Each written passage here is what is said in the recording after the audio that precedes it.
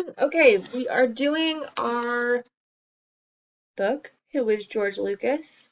I'm going to go through the whole thing. I'm going to tell you when I'm on each page. You can pause, you can rewind, you can fast forward, whatever you want. I'm just hoping this will help you get through the book or just help you if you need it. So, just want to make sure you have this available to you. Who is George Lucas? Again, you can follow along with me. I'm not going to hold it up except for when we turn a page. Okay? Who is George Lucas? In 1977, film director George Lucas invited some friends to his house in San Anselmo, California. He promised to show them an early, unfinished version of the new movie he was making. George had been working on Star Wars for 18 hours a day for over a year. George settled everyone in front of the screen, where they watched Luke Skywalker battling Darth Vader and the dreaded Death Star. They met the droids, R2-D2 and C-3PO. They learned about the Force, the mystical power that Jedi Space Knights use to control the world around them. When the movie finished, everyone was thinking the same thing. It was a disaster. 2, 3. After the screening, one friend wasn't afraid to tell George what he really thought. Brian De Palma, another young director, teased him relentlessly about the almighty Force and the questionable wardrobe choices. "Hey, George, what were those Danish rolls doing in the princess's ears?" he asked about Princess Leia's soon-to-be famous hairstyle. Even worse than De Palma's teasing was the pity expressed by George's other friends. Always shy and quiet, George simply listened to the criticism.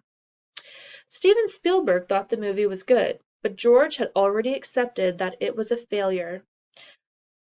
"I figured, well, it's just a silly movie," he said later. "It ain't going to work."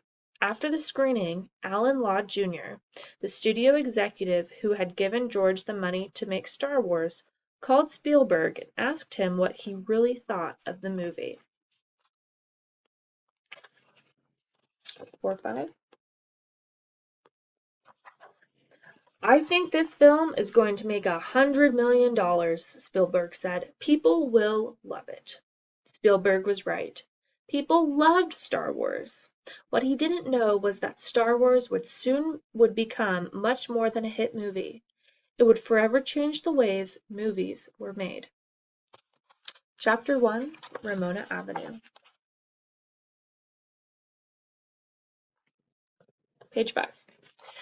On May 14, 1944, George Walton Lucas Jr. was born in Modesto, California. His father, George Sr., and his mother, Dorothy, already had 2 daughters, Anne and Katie. When George was 3, his younger sister Wendy was born into the growing family on Ramona Avenue. Page 6 and 7. As a young boy, George often ran errands for his father's stationery store after school, but he wasn't interested in greeting cards and writing paper. What George loved was listening to radio shows and picturing everything in his mind. He loved comic books like Scrooge McDuck and pulp magazines like Amazing Stories. When the family got their first television, George was 10. He devoured new shows like Have Gun Will Travel and Gunsmoke. He also watched old serials on TV. Serials were short movies that always ended on a cliffhanger with the hero in danger. George loved wondering what would happen next. To George, the stories in his head were more interesting than the things he was studying in school, and his grades showed it. His father wasn't happy with his report cards, but George's imagination was too big to control. 8 and 9. He was always making plans. With the help of his sister Wendy and his best friends John Plummer and George Frankenstein, he organized a backyard carnival with rides and games, a homemade funhouse, and a zoo filled with all the pets in the neighborhood. Page 10 and 11. At the center of the carnival was a roller coaster that George designed. It rolled down an incline, rotated on a turntable made out of a huge telephone wire spool, and rolled onto the ground. George also liked building environments. Tiny worlds, cities, and farms made of dirt, berries, and cement poured into carefully made molds. When George had an idea, it could be amazing. When George was 11, his family traveled to Anaheim, California for the opening of Disneyland. Disneyland was like one of George's environments on a grand scale, a whole world built from the imagination of one man, Walt Disney. 12:13.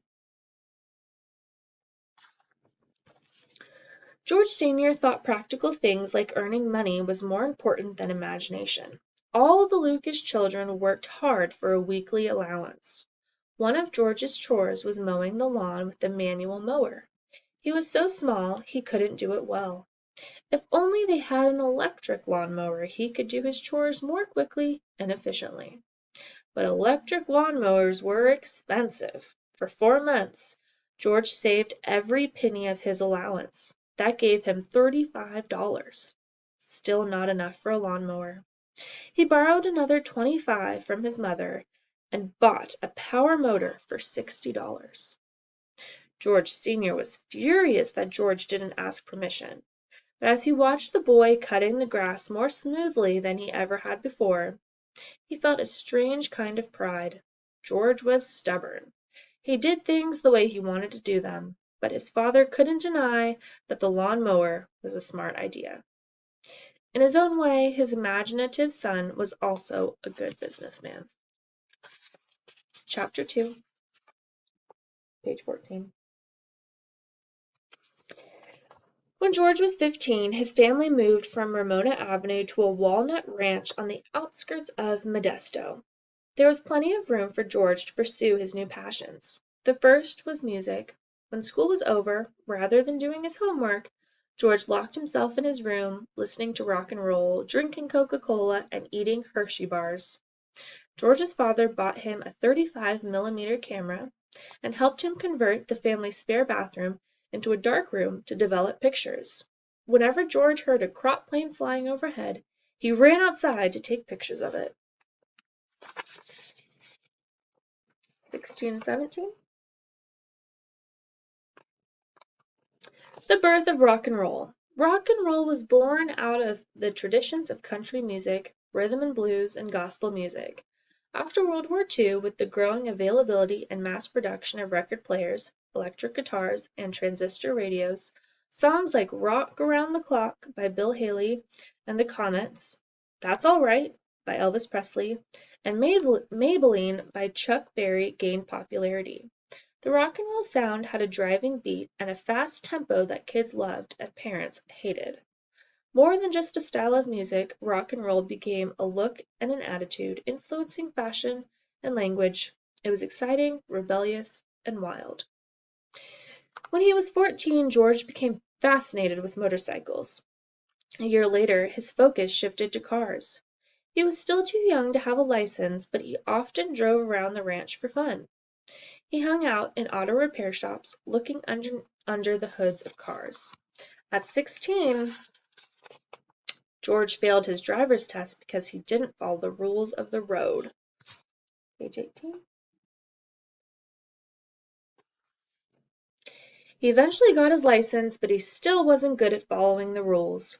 George Sr. also got George his own car, a Fiat. It wasn't the kind of car George had in mind. It had a sewing machine motor in it, he said. It was a dumb little car. What could I do with that? It was practically a motor scooter. George made plans to turn the Fiat into a racing car. George's parents were getting worried. His grades were terrible. He looked like a JD, juvenile delinquent. Nice boys in the late 1950s wore chinos and sweaters and cut their hair short. George grew his hair past his ears and slicked it back with Vaseline.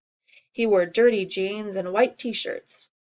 George was becoming a greaser, so named for all the grease they wore in their hair. George and his friends drove up and down the streets of Modesto, looking for girls and listening to rock and roll. 20 and 21. George's favorite DJ was Wolfman Jack, the outlaw of the airwaves who broadcast late at night from a Mexican radio station.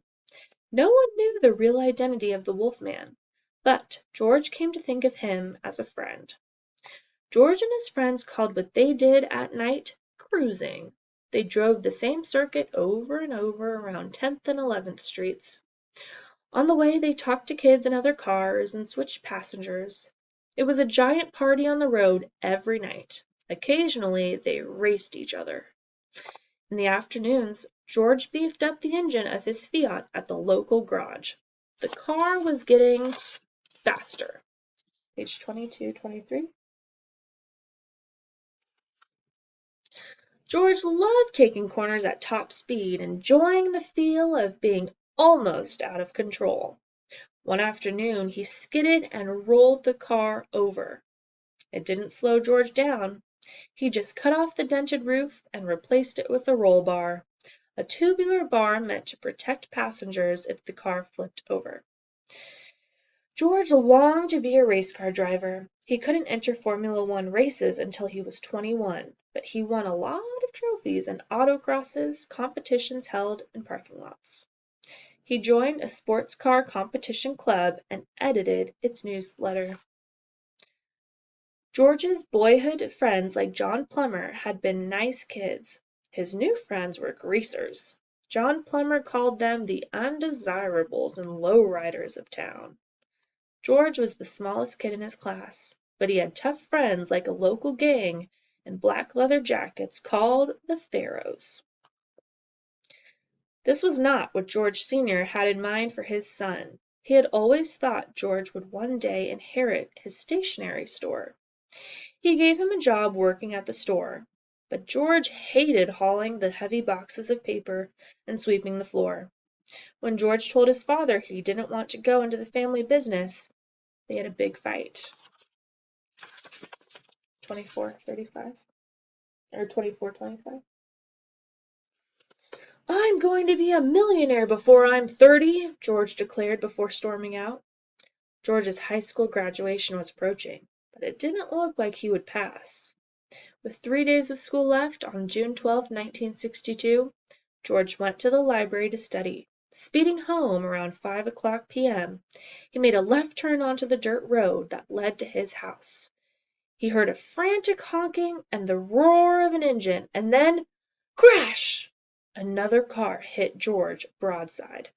The Fiat flew into the air and flipped over 5 or 6 times before wrapping itself around a walnut tree that was ripped right out of the ground.